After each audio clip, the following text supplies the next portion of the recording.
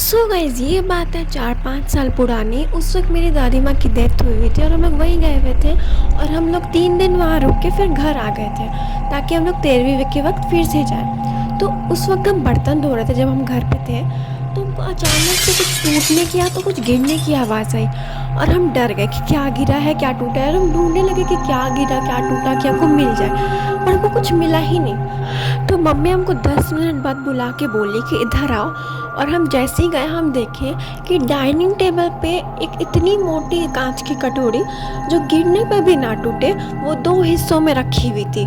और हम वो लोग वो देख के इतना डर गए, क्योंकि हमारे यहाँ ऐसा कहा जाता है कि जिसकी डेथ होती है उसकी स्पिरिट 13 दिन तक घूमती रहती है, 13 दिन तक घूमती रहती है अपनों के बीच में, और जो उनकी बॉडी को आग देता है उसको बहुत खतरा होता है। और मेरी दादी माँ की बॉडी को मेरे पापा ने आग दिया था, इसलिए उनको एक पल भी अकेले नहीं छोड़ने दिया जाता था। उनको हर जगह कहीं भी जाते थे तो मम्मी साथ जाती थी, या तो हम जाते थे, या तो मेरी बहन जाती थी।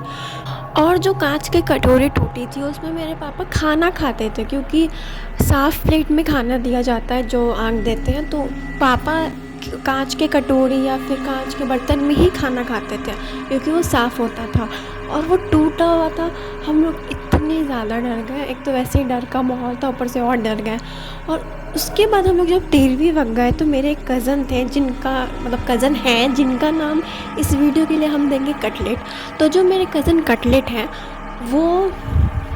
वो भी आए हुए थे, और उस वक्त 13वीं हो गया था, हम लोग खाना वाना खा लिए थे। और हम लोग, मेरे दादी घर में 2 फ्लोर हैं और 2 छत है, तो जो सबसे नीचे वाला फ्लोर था वहाँ पे दादी माँ की एक फ़ोटो रखी हुई थी और उस पर हार चढ़ा हुआ था जिस पे सबने फूल भी डाला था। तो हम लोग जैसे ही वहाँ पहुँचे, मेरे कज़न कटलेट ने कहा कि जल्दी चलो जल्दी चलो जल्दी चलो।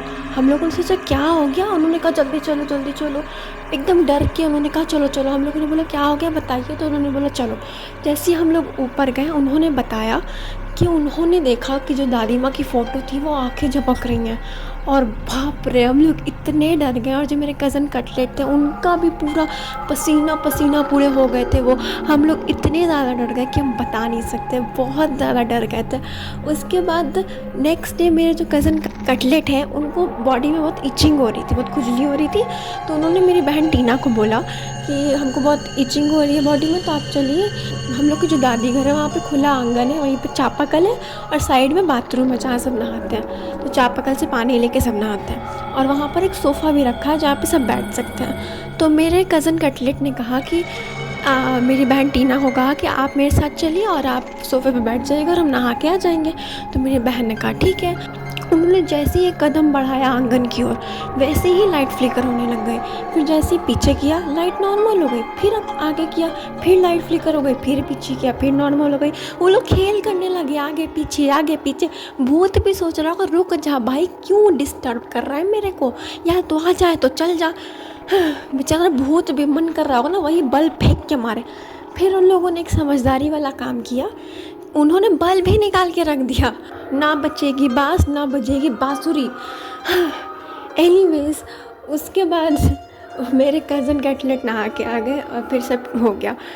और उस हमको तो बेचारे भूत में दया आ रहा, वो भी सोच रहा होगा बस करो बस करो।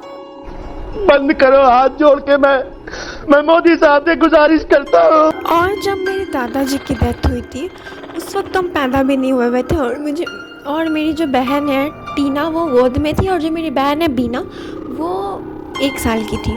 तो हम लोग जब दादाजी का डेथ हुआ था तो दादी घर गए हुए थे, और उस वक्त मेरे दादाजी की बॉडी रखी हुई थी और ऐसे ही सब बैठे हुए थे उधर ही। और जो मेरी बहन है टीना वो 2nd फ्लोर पे सोई हुई थी।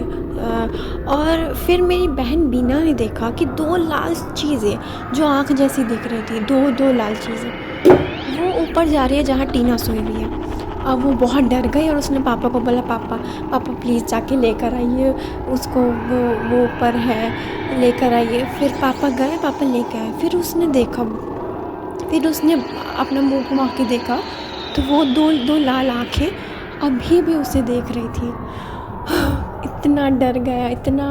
अभी हम बोल रहे तो मेरे रोंगटे खड़े हो रहे हैं।